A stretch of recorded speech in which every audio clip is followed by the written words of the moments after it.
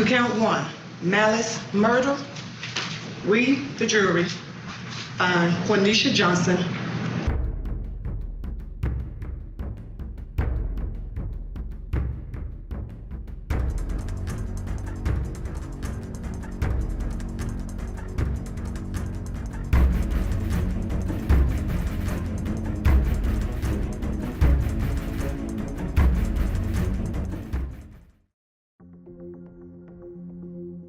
In the American criminal justice system, the outcome of murder trials can be highly unpredictable. Cases that appear clear-cut, with substantial evidence pointing towards a definite verdict, can be complex and nuanced, such as the trial involving Quaneesha Johnson. The verdict in such situations depends on various factors, including how the jury perceives the case, the persuasiveness of the defense and prosecution, the reliability of witnesses, and the emotional impact of the evidence. These elements make the trials riveting to the public, with the final decision often hanging in the balance until the end.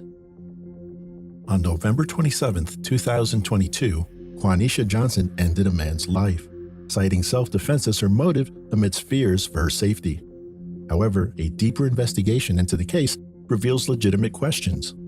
Was her action a necessary act of self-defense, or a case of a woman who snapped and took the law into her own hands? Let's dive in.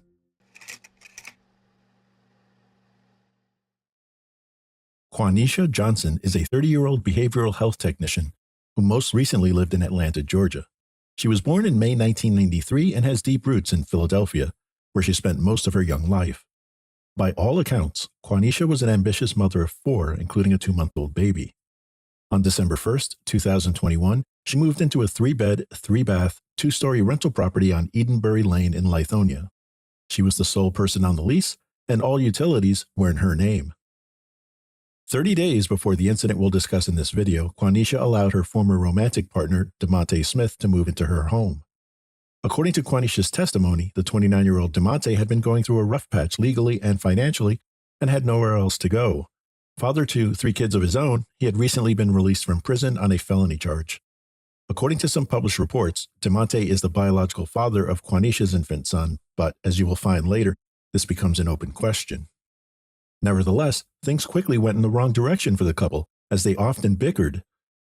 Quaneesha publicly shared that during disagreements, Demonte frequently threatened to cause her physical harm.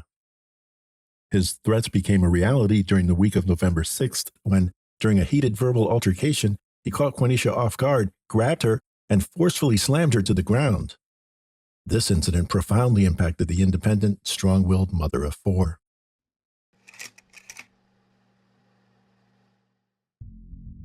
On the evening of November 26, 2022, 2 weeks after being assaulted by Demonte, friends invited Quaneesha to spend the evening at a nightclub for a birthday celebration. After 9 months of pregnancy and working full-time, she looked forward to a night out. She left 3 of her children in Demonte's care at home and assured him she would be back home by 6 a.m. the following morning. Sometime during the night or early morning hours, Quaneesha told Demonte that she and her friends had gotten into a shouting match with other patrons at the nightclub, which concerned Demonte. When 6 a.m. rolled around and Quaneesha had not yet arrived or called, he wondered whether the shouting match had become something more significant. But his concern quickly turned to anger when he believed she had switched her phone off. Disturbed by her failure to return home as promised and that Quaneesha was taking him for a fool, he reached out to 2 of her aunts. Demonte and Quaneesha's family contacted local hospitals and jails to locate her. On or about 9 a.m., Quaneesha reactivated her phone and found several messages from Demonte waiting for her, including threatening text messages such as, "When you get home, I'm going to beat your ass on Crip," declaring that he would physically assault Quaneesha upon her return home, guaranteed. With the memory of the previous assault still on her mind, Quaneesha called her aunts and then included Demonte on a 3-way call. During that call, Quaneesha's aunts overheard Demonte claim, "Where the F have you been? I've been trying to get in touch with you." And, "When you get home, I'm going to F you up." Quaneesha would later testify that she took these threats very seriously and was frightened to go home to Demonte. Before leaving her current location to return to her house, she called 911 to request a police escort.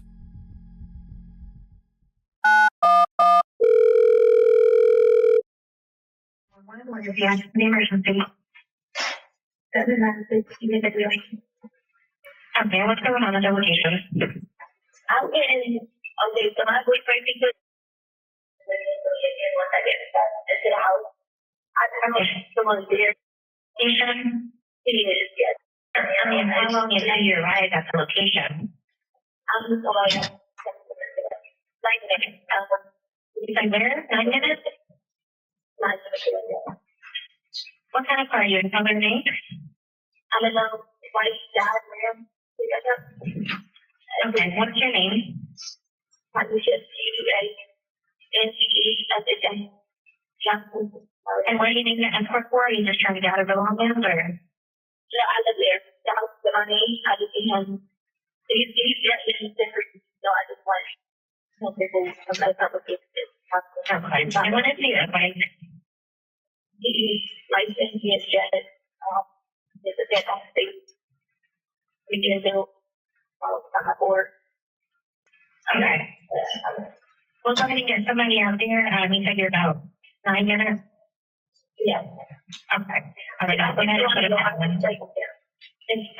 No problem. I'll get somebody in there for you. 2 additional 911 calls and nearly 2 hours later, Quaneesha finally arrived and 2 deputies were present to meet her outside her home. As the officers questioned Quaneesha, she told them she was worried that Demonte might become violent because she was out late and didn't immediately return his calls. In later testimony, she said she didn't tell officers about Demonte's criminal past or show them the text messages because they didn't ask. Shortly after that, Demonte came out of the house carrying the 2-month-old baby, dressed only in diapers. The sight of her son shirtless in the 60-degree weather, considered cool for a region used to warmer temperatures, infuriated Quaneesha. This led to a heated exchange in front of the deputies. Both Quaneesha and the deputies insisted that he hand over the child. However, Demonte's refusal prompted Quaneesha to escalate the situation by yelling, "That's not even your baby. You're not even on the birth certificate. I'm going to disappear again for 3 hours. What are you going to do then?" The officers noted in their reports that, of the 2, Quaneesha was particularly aggressive towards them. The deputies instructed the couple to go inside the house and cool off. Demonte returned to the house first, but before Quaneesha went inside, she was captured on body cam audio in an ominous exchange with the deputies. Do you need anything else? Bitch, I'm getting my ass tonight. So when I shoot him, the stuff has been dealt with.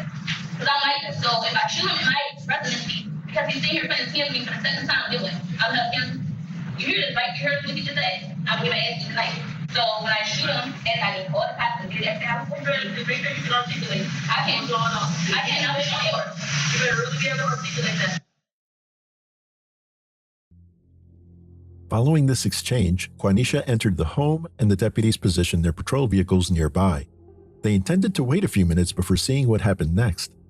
Suddenly, Quaneesha returned outside, retrieved a gun and a tire iron from her truck, and returned to the house.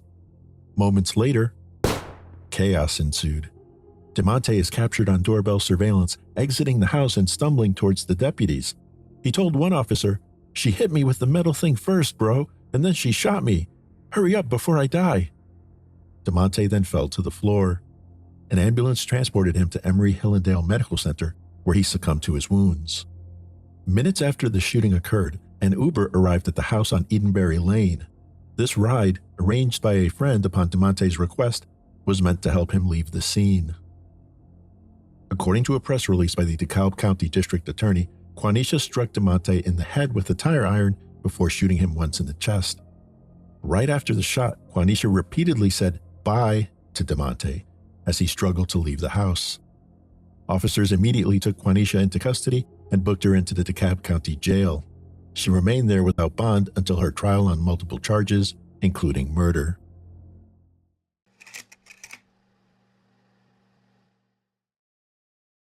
Quaneesha's defense team sought immunity from prosecution under Georgia's Stand Your Ground law, filing a motion accordingly.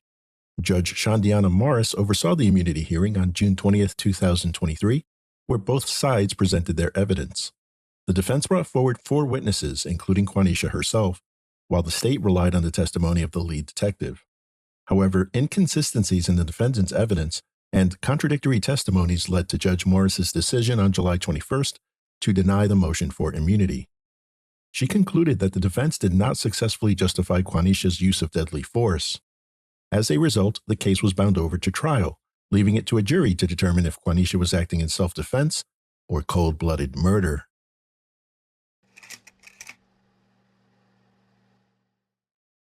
Opening arguments in the case of the State of Georgia versus Quaneesha Johnson were heard on August 22, 2023. On November 27th, 2022, this defendant went downstairs, she went to her car, she grabbed not one, but two weapons. She grabbed a metal tire rod and a firearm, put the firearm in her pocket.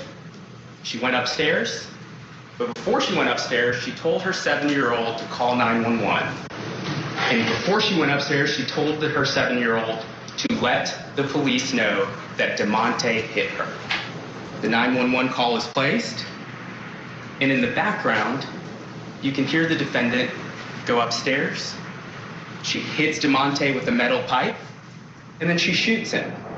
And while he's screaming in pain, she says, "Bye, bye." And then a full 30 seconds goes by, and she runs downstairs, and she says, on the 911 call, tell him he just hit me. And what does the 7-year-old do? And you all will get to hear that 911 call in a few moments. That 7-year-old repeats what her mom says. So let's talk about the parties that were in the house on that day. We have the defendant, we have, and then we have the victim, Demonte Smith, and then they have a shared child who's an infant also inside of the house. So let's talk about it. So at some point between November 26th and 27th, late at night, the defendant leaves the home and she's out all night. She's clubbing, she's missing for multiple hours, and then she doesn't return to the house till 11 a.m. Demonte, like I said, is taking care of the 3 children all night by himself and all morning. And at some point in the middle of the night, the defendant reaches out to Demonte and lets him know that she's been in some sort of physical altercation, or her friends have been in some sort of physical altercation at the club, and that they're going somewhere else, and then her phone dies. And she told him originally, "I'll be back at 6 a.m., and she's not.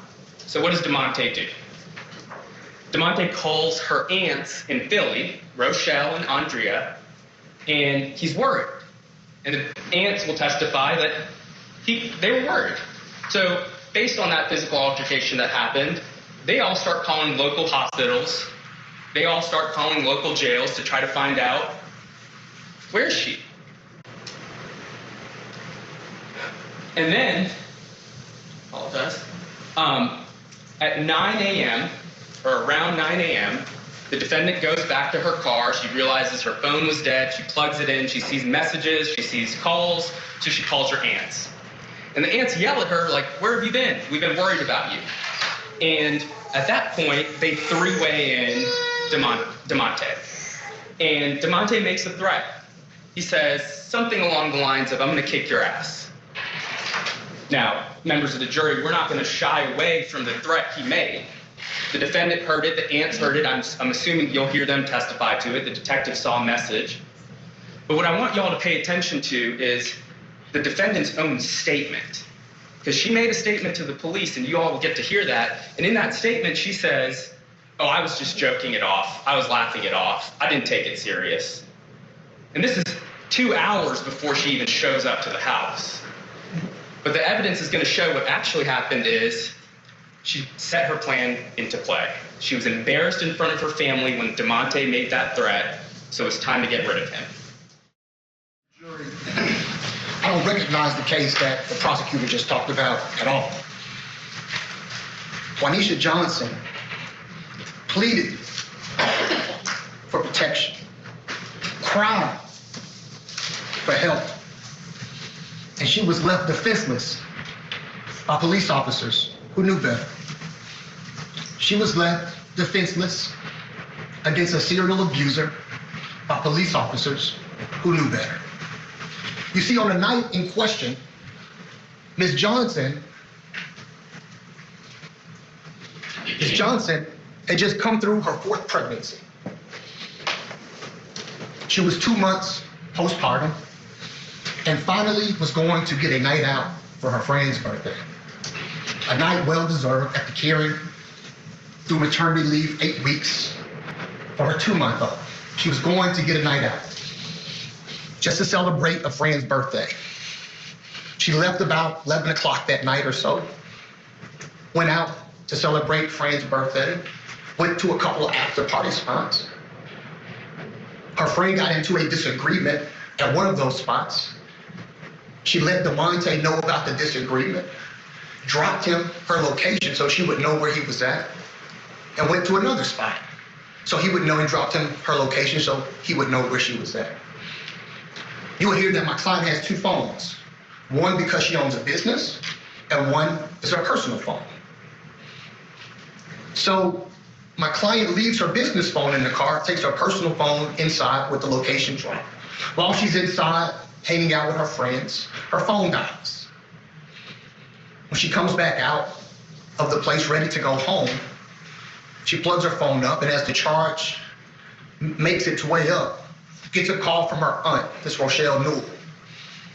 Miss Rochelle Newell says, "Hey, where have you been? We've been looking for you. Demonte's been looking for you." She says, "Well, I dropped my location so he knows where I'm at." Says, "Well, he's been looking for you. We've called hospitals. We were wondering where you were." And she was like, "Well, I'm right here. I'm headed home." Said, "Well, let me 3-way Demonte in." And as soon as Demonte gets on the phone, you'll hear from Rochelle Newell and her other aunt, Miss Gonzalez. As soon as they get Demonte on the phone and he asks questions,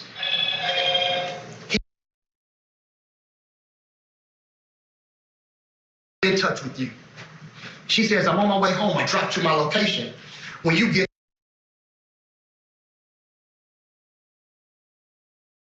corroborate that." They were on the phone listening.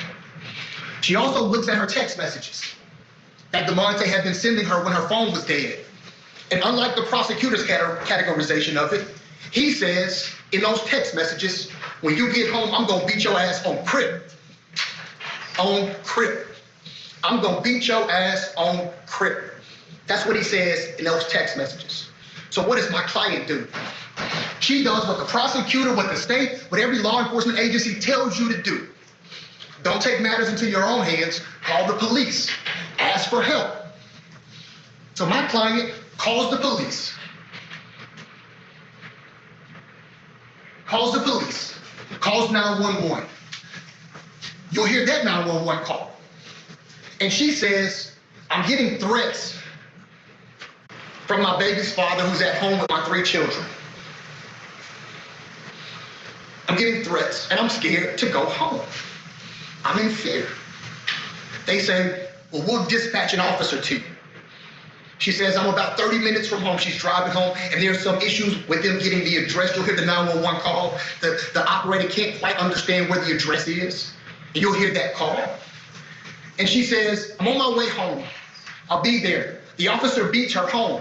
And then the officer makes a personal phone call, which was not recorded, to Ms. Johnson's phone, which she got from the 911 operator.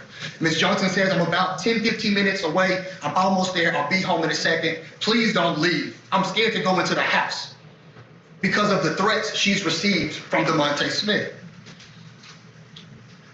The officer calls her back and says, "I've got to take another call. I've been dispatched. Don't go into the home. Just wait." And what does my client do? She follows the officer's instructions. She gets into her neighborhood, waits in the cul-de-sac for the officer. She calls them back and says, "I'm here." This is her second time calling 911. She says, "I'm here. And I'm waiting. I'm scared to go in the house. I want an escort. I don't want to go in the house by myself with Demonte Smith." That's 3 times she calls 911. 2 times. She continues to wait. She continues to wait. And she calls 911 a 3rd time and says, "Hey, I don't know if y'all remember, but I'm the person who was waiting for someone to come and escort me to the house. I got the threats." And this time she says, "Look, I'm really concerned because he was irate on the phone." And you'll hear from Ms. Rochelle Newell, Ms. Gonzalez, that outside of their conversation on 3-way with Ms. Johnson, they were also texting Demonte and talking to him and saying, don't put your hands on her again. You can't do that again. We're not gonna go for that again. You see, because they took the threat seriously. So she waits. And then she does a fourth thing. She triggers the alarm in the house so that her alarm company will call her. And when her alarm company calls her, she says, please dispatch a police officer. I do not want to go into the house with Demonte. He's in there with my 3 children. I don't want to go into the house with him. He's been threatening me and I'm scared. It's her 4th time trying to get in touch with police. She waits. She waits. No one comes. She still doesn't go into the house. Here's why that's important. Here's what you will learn why that's important. She had no duty, no requirement to call police at all. Ms. Johnson could have gotten those threats, went in that house with her gun, waited for him to fulfill his promise, and she could have shot him in self-defense. Never called police at all. Never waited for a dispatch. Never done any of that. The importance of that, as you will learn, is that goes to her intent. As the judge just described to you, every crime requires 2 things. It requires an act. It requires an intent in your state of mind. She had no duty under Georgia law, no obligation, no requirement to wait for any police officers, but she did. And when they didn't come, you know what Ms. Johnson does? She drives around the corner in her neighborhood. She flags down a police officer, finds one, flags him down and says, I've been waiting for a police officer. I'm scared to go in the home. My 3 children are in there. Will you follow me to my home? And he says, I heard that call. Yes, I'll follow you. And he may have been on his way already, but she flagged him down. While Attorney Shaw presented the state's belief that Quaneesha had already made up her mind to kill Demonte, Attorney Sterling evoked emotion and portrayed the accused as someone who did everything she could to obey the rules first, only taking action when she felt there was no other choice. The state's first witness was an ex-girlfriend of Demonte's, who testified that he was planning to come over to her house on the night of his shooting death to get away from the situation with Quaneesha. She had even ordered an Uber ride for him, which investigators corroborated. A great person. He always laughing, caring, very oriented, always laughing, joking. He was just a great person. Did he have a nickname he went by? Dolo. By commenting on Demonte's good nature, the ex-girlfriend's testimony was deemed character evidence by the court. Attorney Sterling capitalized on this misstep by the state, arguing that discussing Demonte's background was irrelevant since Quaneesha was the one on trial. But since they spoke of his good character, Sterling appealed to the judge that the state open the door for the defense to introduce character evidence of their own. The judge agreed, marking a significant victory for the defense. The jury then heard of Demonte's criminal record, highlighting his arrest in July 2022 for possession of marijuana with intent to distribute, possession of a firearm during a felony, and several traffic offenses. At the time of his arrest, he had active warrants for stalking and violating probation, as reported by the Monroe County Sheriff's Office. During the trial, 2 pivotal moments occurred. The prosecution called one of Quaneesha's daughters to testify, who had previously stated to forensic child interviewers that she witnessed Quaneesha hitting Demonte with a pole before the shooting. However, while testifying, she changed her account, claiming it was Demonte who had struck her mother with the pole. The prosecution suggested, through their questioning, that the young girl might have been coached to make statements in her mother's favor. The second pivotal moment in the trial involved a disputed statement by Quaneesha right after the shooting. Prosecutors and detectives claimed that as she left the house, Quaneesha stated, "I told y'all I was going to do it." In contrast, the defense argued she said, "I told y'all he was going to do it." Reporters had varying interpretations of what they heard when the court played the audio clip multiple times at the trial.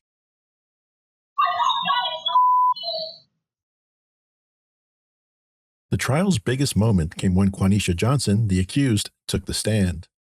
By now, viewers of this channel know that the decision to have a defendant testify is a critical one that defense attorneys weigh carefully, considering the specifics of the case, the defendant's demeanor, and the overall strategy. Attorney Sterling aimed to achieve 2 main goals with Quaneesha's testimony. 1, to present her as a remorseful, credible, and relatable individual to the jury, and 2, to introduce reasonable doubt about her guilt. What was going through your mind, Ms. Johnson? I know it's difficult to go back to that moment, but tell me what was going through your mind at that moment. I knew he was gonna get me. And why did you feel that you had to defend yourself? I couldn't beat him. I mean, I knew he was gonna hurt me. I didn't call the cops. The cops left. I knew he was mad about that. I knew he was mad about me being out. He said he was gonna get me. He's done it before. I just knew it was gonna happen. And he lunged at you. He did. And at that moment, you just pulled your gun out. I did. One shot. Yes, sir. And you've heard the recording that you say, Bob, I did. tell us what was going through your mind. At that point, I can't even tell you, honestly. I just know I shot and it was just like, I don't know. Like, I just know that I had to defend myself.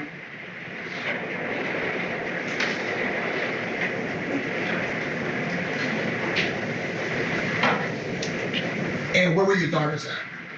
They were downstairs. And do you remember telling your daughters, tell them he hit me? As we were walking out, I do recall saying that as we were like, once we got outside, I do recall saying that. But you told the detective he didn't hit you. Yes. He just came at you, lunged at you. Yes, I told him he didn't hit me that day.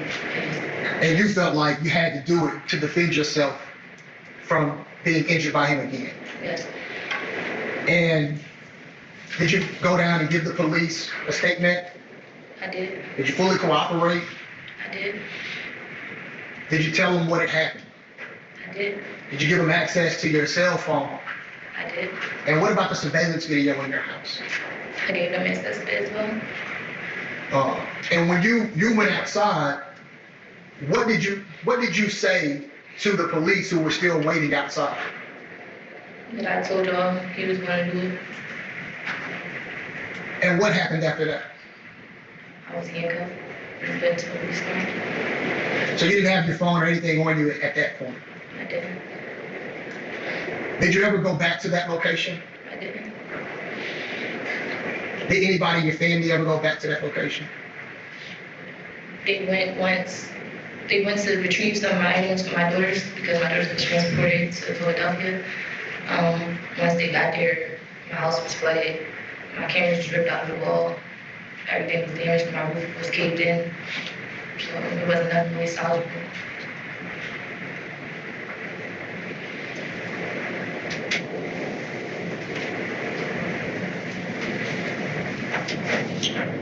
Ms. Johnson, how did it make you feel knowing what had happened?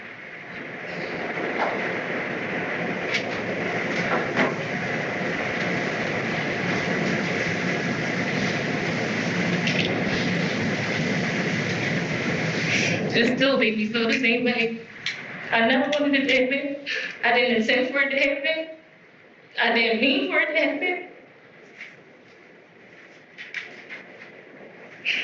But in that moment, you felt like you had to defend yourself. I did. No further questions, John. Judge, may we take a break for Ms. Johnson? Yes.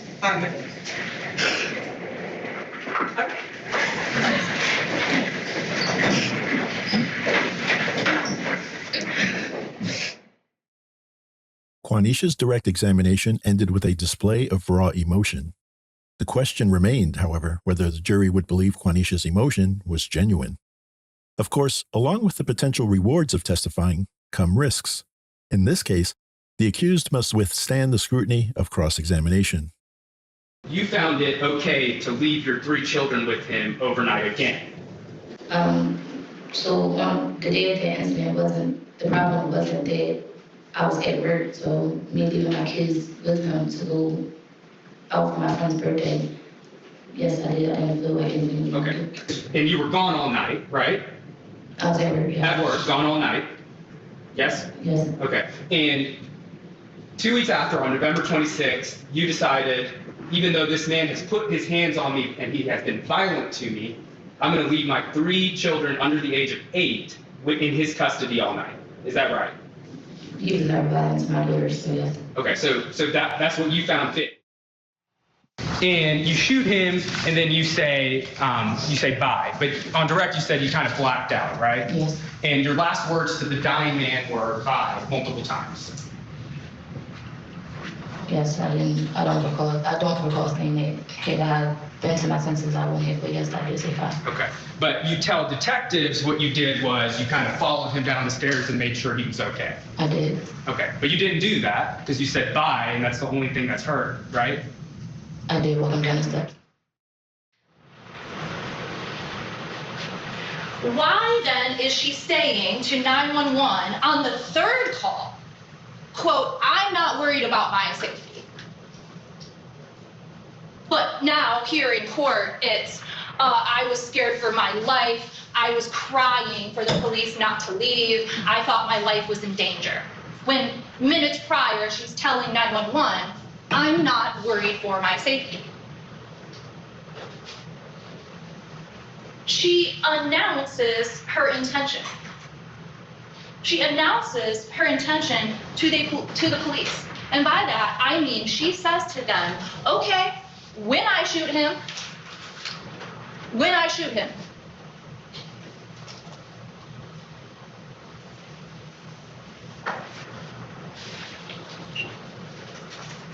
and the police tell her, Officer Lammy tells her, well, you better be able to articulate that. And what was her response? If I could switch to it on there, I would right now. But I trust that you recall this. She says, oh, I can articulate it. Ma'am, if you can't, how can you articulate the need to use deadly force when nothing has happened yet? She has decided she's going to do it. She has announced her intention, and she has decided beforehand that she is justified in using deadly force. That is not how it works.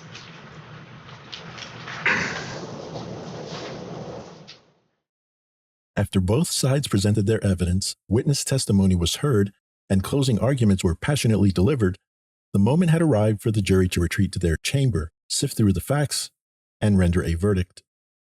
The charges against Quaneesha included malice murder, which requires intent, felony murder, which does not require intent, 2 counts of aggravated assault, 1 count of possession of a firearm during the commission of a felony, and 2 counts of cruelty to children.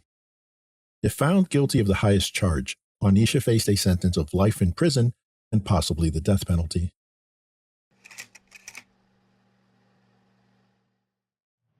As to count 1, malice murder, we, the jury, find Quaneesha Johnson not guilty.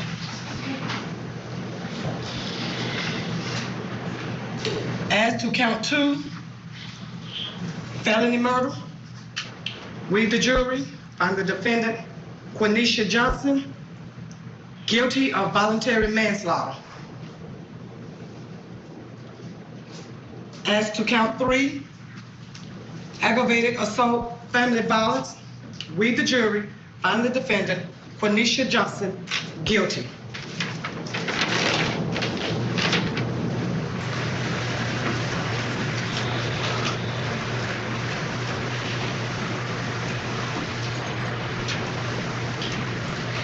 Okay, so we'll schedule sentencing for Monday, August 28, 2023 at 8 a.m. Okay, so we're in recess. Do you all want to talk to the jury? Judge, I know Mr. Sterling did ask if Ms. Johnson could remain on bond. I know Your Honor didn't make a ruling. The state would ask the defendant be remanded into custody. So I'm going to allow Ms. Johnson to remain out on bond. Ms. Johnson? You need to appear here Monday morning, August 28th at 8 a.m. If you are not here at 8 a.m. Monday morning, an arrest warrant will be issued for you. And you will be sentenced to the maximum if you do not appear. Okay. Thank you, Judge. I would like to speak to the jury. I don't know. I'm not going to speak to Mr. Sterling. Yeah, I'd like to speak to him as well. Okay, so I'm going to go back and speak to him. While the jury acquitted Quaneesha on charges of malice murder, they found her guilty of all other charges. For those convictions, the state asked the court to have Quaneesha put away for 25 years with an additional 5 years on probation. 3 days after the verdict, Quaneesha received a sentence that many legal experts deemed unusually lenient for voluntary manslaughter. 20 years divided between 10 years of incarceration and 10 years of probation. Of her confinement, 5 years are to be spent in prison and the remaining 5 under house arrest. Following her conviction, the state asked that she be immediately locked up, but Judge Morris granted Quaneesha an appeal bond. This decision means she will be under house arrest while her attorney challenges the conviction on appeal. What are your thoughts on this highly challenging case? Did the jury get this one right? Do you lean more towards self-defense or vigilantism?